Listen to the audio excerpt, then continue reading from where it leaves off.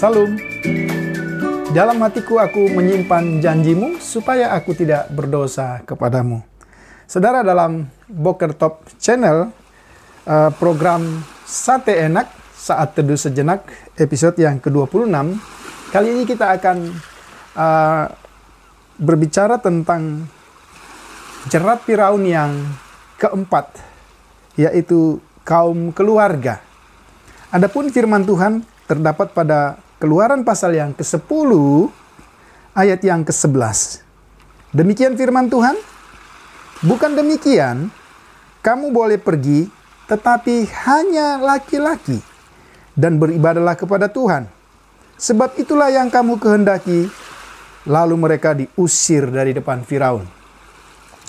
Saya masih mengingat istilah teman-teman saya dari timur, bahwa jika ada seorang yang tidak pernah mendengarkan perkataan, atau dengan bahasa saya atau dengan bahasa kita, seringkali kita katakan orang yang keras kepala. Tetapi bagi teman-teman kita di timur, istilah itu belum terlalu keras, sehingga mereka pakai istilah kepala angin, gitu ya. Tetapi kalau saudara, kepala angin itu mungkin sangat tepat kalau kita pakai untuk Firaun. Karena bagaimana tidak?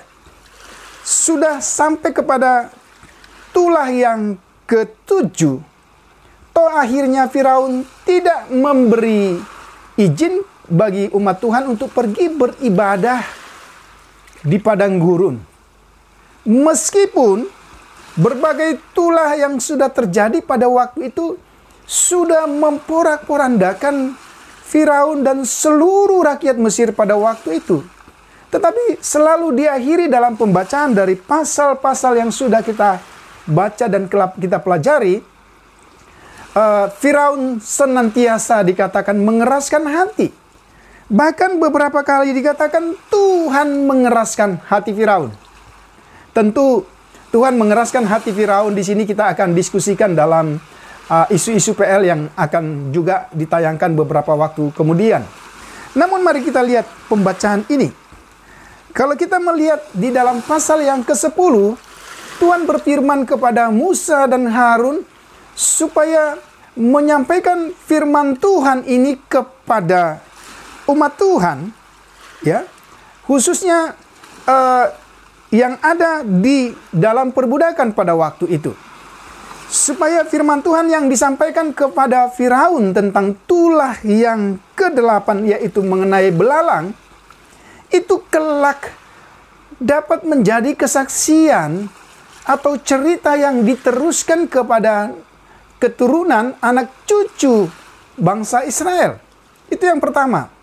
Jadi tulah itu punya tujuan supaya itu bisa menjadi satu cerita atau kesaksian bagi anak cucu bangsa Israel kemudian. Tetapi bagi bangsa Israel sendiri, supaya tulah atau mukjizat yang terjadi di depan mata mereka, itu membuat mereka tahu siapa Tuhan yang sesungguhnya. Dan kita tahu, sesudah Tuhan memerintahkan Musa dan Harun pergi ke hadapan Firaun, dia kemudian menjelaskan bahwa Tuhan menghendaki umatnya diberikan izin supaya umat Tuhan itu pergi ke padang gurun dan beribadah kepada Tuhan. Jika tidak, maka Tuhan akan mendatangkan belalang yang akan menutupi seluruh daerah Mesir, menutupi seluruh tumbuh-tumbuhan, menutupi seluruh rumah-rumah Mesir, sehingga dikatakan tidak ada lagi satupun daratan yang kelihatan karena dipenuhi oleh belalang. Artinya kebinasaan yang berikutnya akan terjadi. Mendengar hal itu saudara, apa yang terjadi kalau kita lihat pembacaan dalam pasal 10 sangat menarik.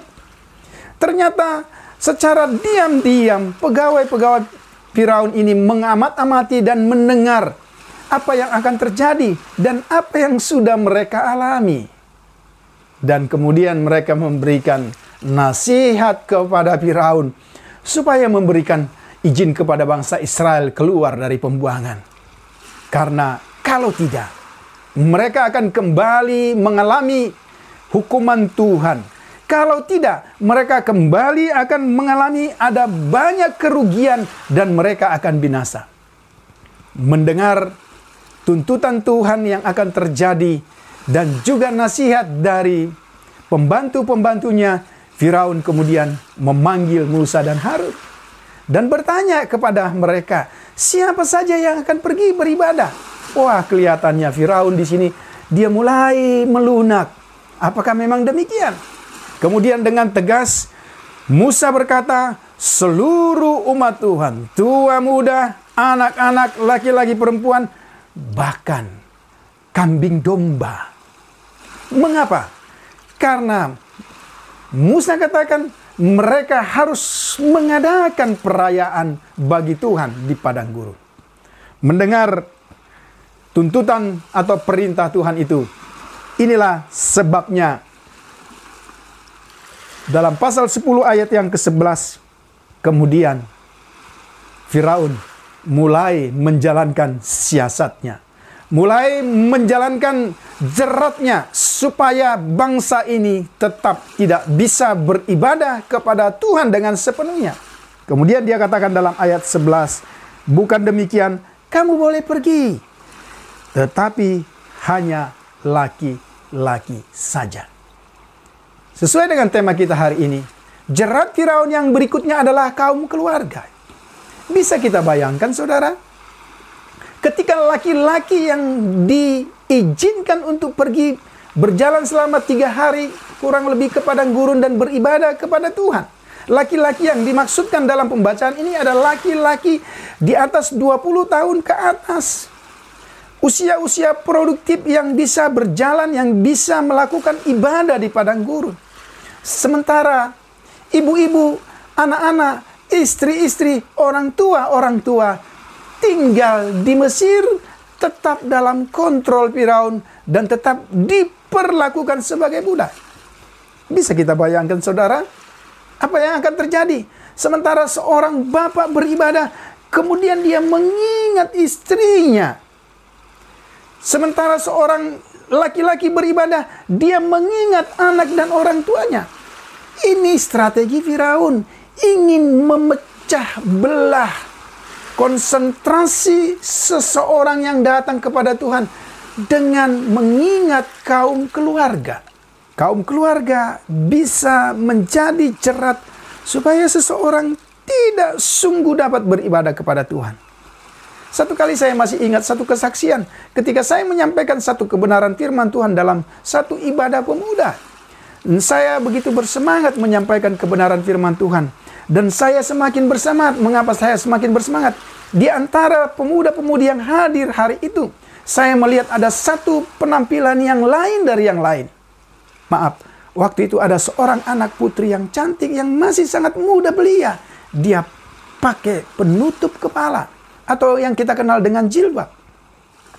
Dan saya semakin bersemangat, ternyata ada pemuda dari kepercayaan lain yang duduk sedang mendengar firman Tuhan. Tetapi sungguh saya tertipu pada waktu itu. Ketika pulang dari KKR dan saya bertanya tentang seorang pemuda kepada seorang pemuda, tentang seseorang anak gadis yang memakai kerudung itu. Dan saya tanyakan, siapa dia? Kemudian pemuda itu katakan, itu loh Pak, dia itu seorang putri dari seorang keluarga Kristen. Dia memakai kerudung, dia memakai penutup kepala karena bapaknya, orang tuanya telah mencukur kepalanya habis menjadi botak. Saya tanya, kenapa demikian? Iya, karena anak gadis itu selalu dilarang untuk datang beribadah oleh orang tuanya. Kali pertama, orang tuanya mengurung dia di kamar. Tapi toh itu juga tidak membuat dia putus asa. Kemudian dia lari, kemudian dia beribadah. Dan kemudian ada jerat pemungkas dari orang tuanya. Karena dia pikir ini anak gadis. Pastilah kalau kepalanya digunduli, dibotaki, dia tidak akan bisa pergi kemana-mana. Kemudian orang tuanya lakukan itu. Tahukah saudara? Ya, anak gadis yang mengalami penganiayaan ini, yang mengasihi Tuhan sungguh-sungguh, dia tidak peduli Karena orang tua yang melarang untuk hidup beribadah kepada Tuhan, dia memakai penutup kepala, dia memakai kerudung, dan dia ikut beribadah. Ini salah satu contoh, dan ini kesaksian yang sungguh terjadi. Berapa banyak orang Kristen, berapa banyak keluarga Kristen yang akhirnya tidak dapat beribadah oleh karena ada jerat-jerat Firaun dari anggota-anggota keluarga. Ada orang tua yang tidak menginginkan ibadah. Ada anak-anak, ada istri, ada siapa saja yang menjadi anggota keluarga kita yang bisa jadi menghalangi kita untuk datang beribadah.